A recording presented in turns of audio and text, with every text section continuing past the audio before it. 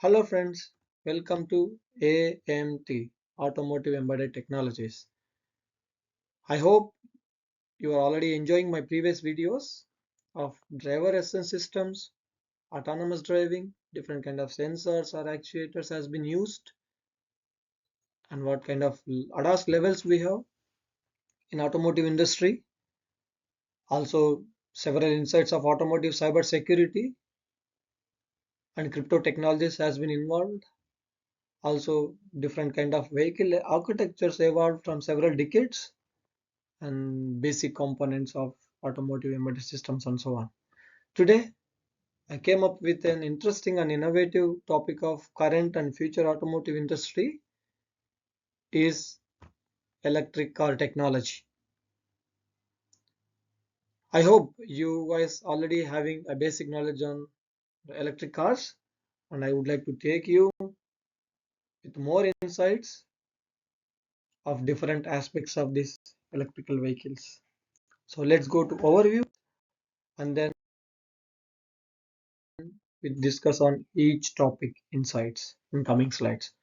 So first of all, we need to know what is an electric car, what is the importance of these electric cars in automotive industry, and what is the main working principle, and what are the different types of electrical car platforms we have, and what are the main important components of this electric vehicle, and we go into insights of these components, and what are the major advantages and disadvantages of these electrical vehicles. So we will go topic by topic in coming slides.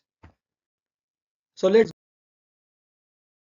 go to the basic meaning of electric car. So electrical car is also known as electric vehicle. Also, you can call it as battery electric vehicle, BEV in short name. And this works based on an electric motor inside the car powered by electricity coming from batteries instead of an internal combustion engine, where combustion engine required different kind of fossil fuels like petrol or diesel. And for electric car, we just need batteries, electric motor, and then charging station to get the batteries charged. And all these e-cars are capable of getting charged from external power sources. And what is importance of e-cars?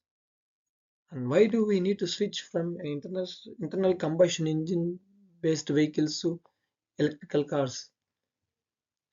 So the world is moving towards green energies, I would say, to avoid impact to the global warming and to reduce production of harmful gases to the environment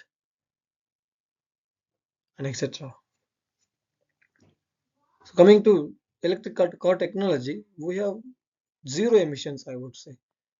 So it won't produce any harmful gases going out from vehicle. Also we have zero noise from vehicle when we are driving.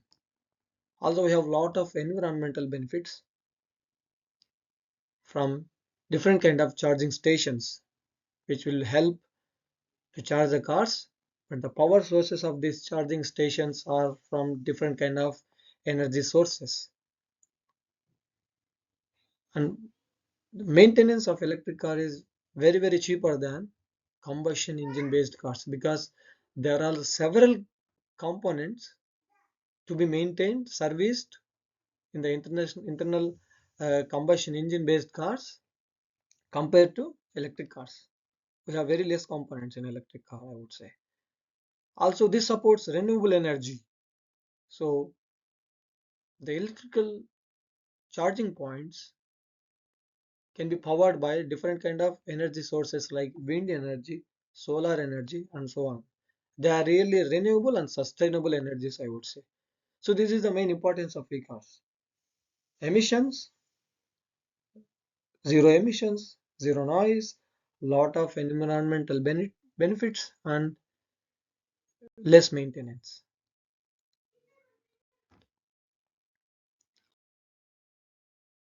And what is the main principle of this electric car? So this mainly works based on a motor which contains a set of magnets, housing magnets inside this motor, and a shaft also has set of magnets,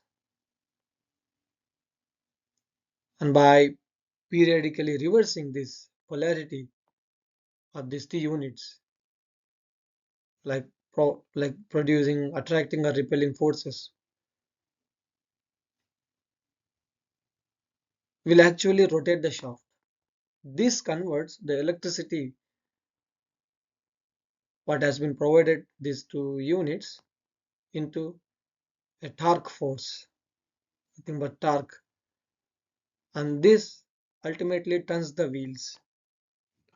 And in the current picture we can see there's a motor, and motor has a shaft, and there are the cables which are getting the energy from batteries here, electricity from the batteries here, and providing this to this motor unit, and the shaft is getting torque power and transmission of this torque power to the shafts connected to wheels.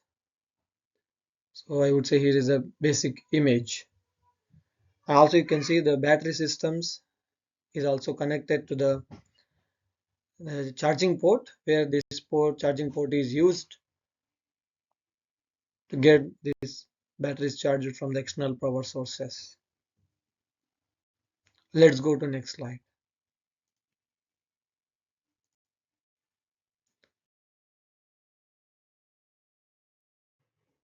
What are different types of electric cars we have? So we have four types of electric cars, I would say: battery electric vehicle, hybrid electric vehicle, plug-in hybrid electric vehicle, and fuel cell electric vehicle. And we go into more insights of these types in coming slide. We go more details of each kind of vehicle. So the battery electric vehicle is entirely powered by an electric motor, and they rely on their battery packs, and it doesn't have any combustion engine or fuel tank. And this converts the electrical energy from batteries to the mechanical energy to propel the vehicle. And this battery pack is charged from external power source and the use of a charging station. Coming to hybrid electric vehicle, this can switch between the gasoline engine and electric motor, or use can be used both simultaneously for propulsion. So the this electric energy is actually generated by the vehicle's braking system, which is known as regenerative braking. And these HEVs mainly rely on the primary source of the system, like gasoline system. But also we have some assistance of this electric motor used to run the vehicle for several kilometers to reduce the consumption of the fuel. So it's like a electric motor system is support to the gasoline system. Coming to plug-in hybrid electric vehicles, this combines the internal combustion engine as well as an electric motor. So this provides more charging capacity, more battery packs can be charged from the external charging source. Also you can fuel the car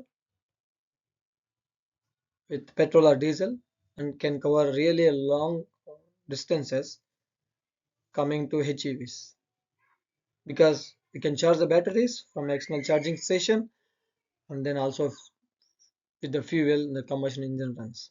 Coming to fuel cell electric vehicle, so the fuel cell electric vehicles basically used hydrogen gases. So the hydrogen gas produce the electricity through a chemical reaction in fuel cell stack. So the fuel cells take the hydrogen gas filled to the hydrogen tank of the cars, and then this electricity then used to power an electric motor, providing the propulsion. So the only emission from this FVC is a water vapor. So like how internal combustion engines produce a lot of emissions, This FCEV provides water vapor. And FCEVs are not charged with electricity from external world or charging stations. But this hydrogen fuel automatically converts into electricity by a chemical reaction happened in fuel cell stack. And yeah, so these are the main types of battery electric vehicles or different kind of electric vehicles and how they work. Let's go to next slide. What are the main components of this electric vehicle? So in an electric car, we have several components like how the combustion engine has. So now the electric car contains a battery, a charging port, DC-DC converter, electric motor, onboard charger, electric power control unit, cooling system, traction battery pack and transmission system. So batteries is basically stores electricity in a battery pack to power the motor and other vehicle accessories as well like infotainment system, other electronic control units used. Coming to charging port, this allows the vehicle to connect to an external power source to charge the battery pack.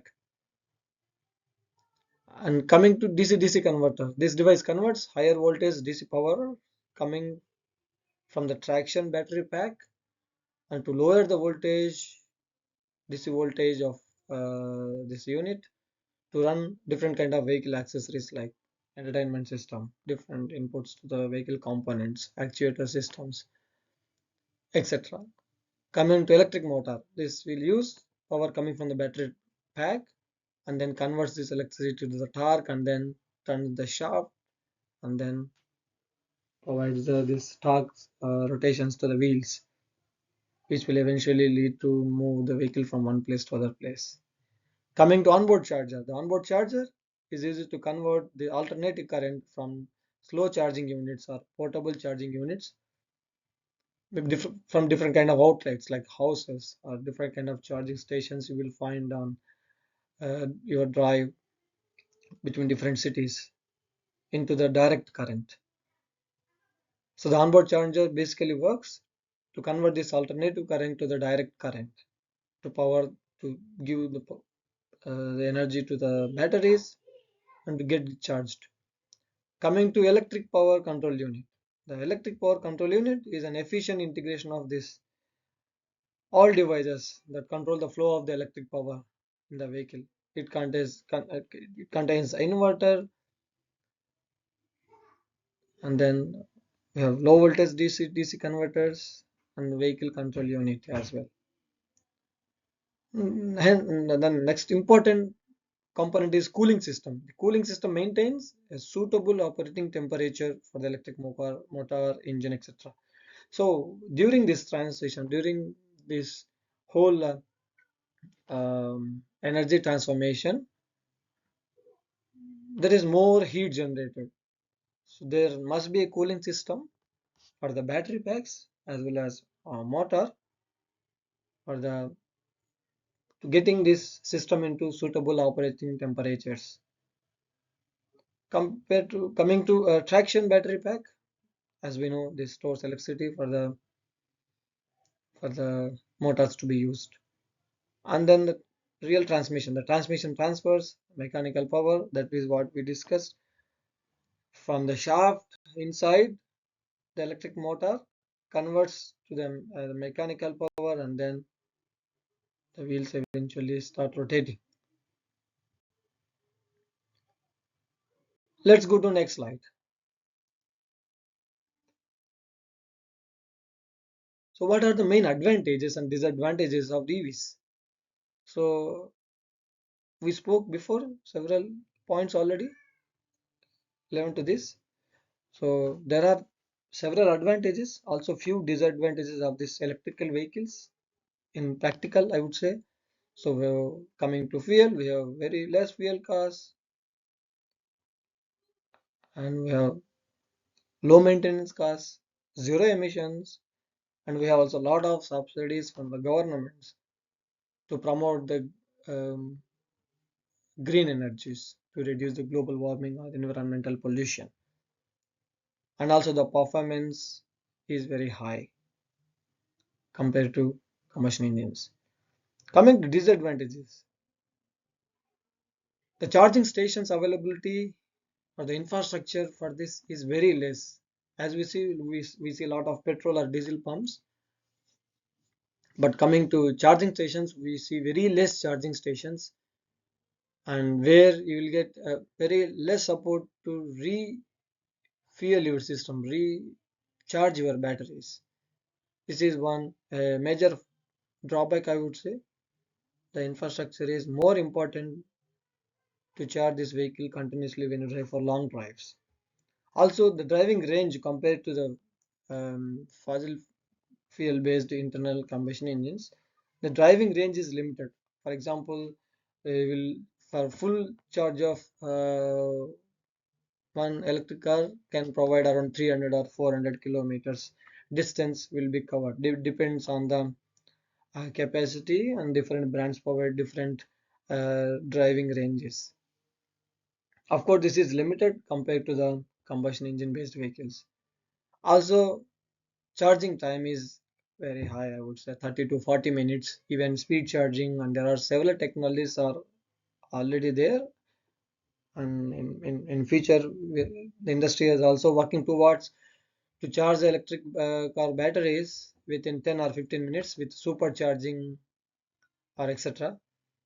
But still, it takes a long time to charge when you compare to the fuel based vehicles, like where you can just fill the tank with petrol or diesel for internal combustion engine based vehicles within 5 or just minutes. But here we need to wait more time to charge complete the complete charging of the vehicle. And we have, so I would say there are high upfront costs because the market um, needs a lot of support to get these cars low, because compared to the quantity of these two kind of cars, electric cars or combustion based cars, combustion engine based cars has more demand, like how the existing um, system has. That's why the costs are high to get a different kind of uh, to produce different kind of components of electric vehicle, like batteries, motors, and so on. Also, the battery replacement is very expensive because this is heart of the vehicle, I would say, and this has very high expense cost measure. So these are the main advantages and disadvantages of the electric vehicles, I would say. I hope you understood the major content of this video, and I'd like to say,